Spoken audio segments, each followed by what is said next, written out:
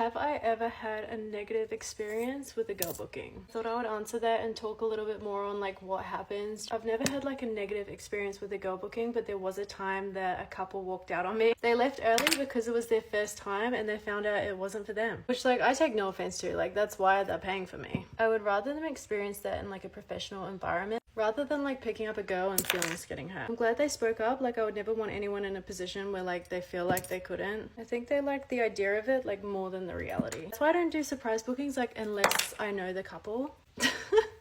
This looks crazy. If one partner is like, oh, I'm gonna surprise my wife with this booking, like absolutely not. I never had like a solo girl booking until I started posting on here. They're extra special because they only come around every once in a while. Blue's sitting with me. She's just watching the chickens outside. Their fuzzy little heads have like flopped down from the rain and it looks like they have a middle part. I feel like the conversations are way easier with girl bookings. Like they just flow more naturally. A lot of the time they'll like ask me a lot of questions where guys just sort of want to like make the most out of their time. Like if you know, girls who book me tend to like watch my content, so sometimes they'll ask me like very specific questions about my life, and I'm a chronic oversharer, so we'll get into a full in-depth conversation like we have known each other for years. I think the first couple girls I had, like it did feel a little awkward because it was something I wasn't used to. Sometimes they just want to talk, sometimes they want me to teach them stuff like doing a waterfall, sometimes they just want to watch me or like even get their partners involved. I usually just take like the tools that I like to use on myself and that I think is good, or I'll use these. I'm always trying to work on my rhythm because sometimes I get a little out of key. It's not every time I get girls over the finish line, but you know, sometimes they're not looking for that. I charge the same amount for couples. I charge the same per person. Now that I've sort of slowed down on S-work, like I have to be more mindful on like how